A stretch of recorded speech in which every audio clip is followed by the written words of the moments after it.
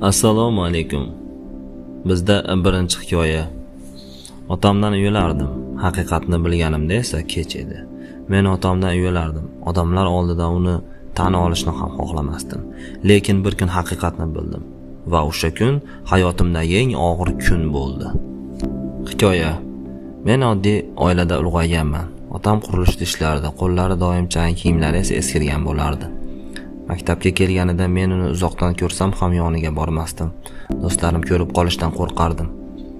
Bir kun u maktabimga keldi. Qo'lida kichkina paket bor edi. Meni chaqirdi, lekin men ko'rmaganga oldim. U esa uzoq vaqt kutdi. So'ng esa sekin orqasiga qaytib ketdi. O'sha kuni kechqurun uyga kelsam, u hech narsa demadi.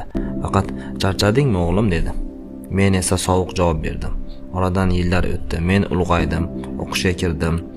Bir kun menga qo'ng'iroq qilishdi. "Otangiz kasalxonada" deyishdi. Yuragim tez ura boshladi. Men darhol bordim, lekin kech edi. U yotardi, juda zaif edi. Shifokorlar menga bir konvert berdi. "Otangiz sizga berishimni so'ragandi." Qo'llarim titrab ochdim. Ichida pul bor edi va xat.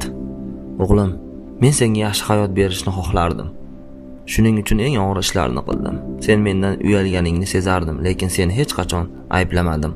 Faqat bir narsa xohlardim. Sen mendan yaxshiroq yashashingni." Ko'zlarimdan yosh to'xtamasdi. Men kech qolgan edim. Ba'zi insonlar hayotingda jim kurashadi. Sen uchun hamma narsani beradi, lekin sen ularning qadriga juda kech tushunasan. Agar siz ham ota-onangizni yaxshi ko'rsangiz, bugun ularga ayting. Ertaga kech bo'lishi mumkin. Xulosa o'zingizdan.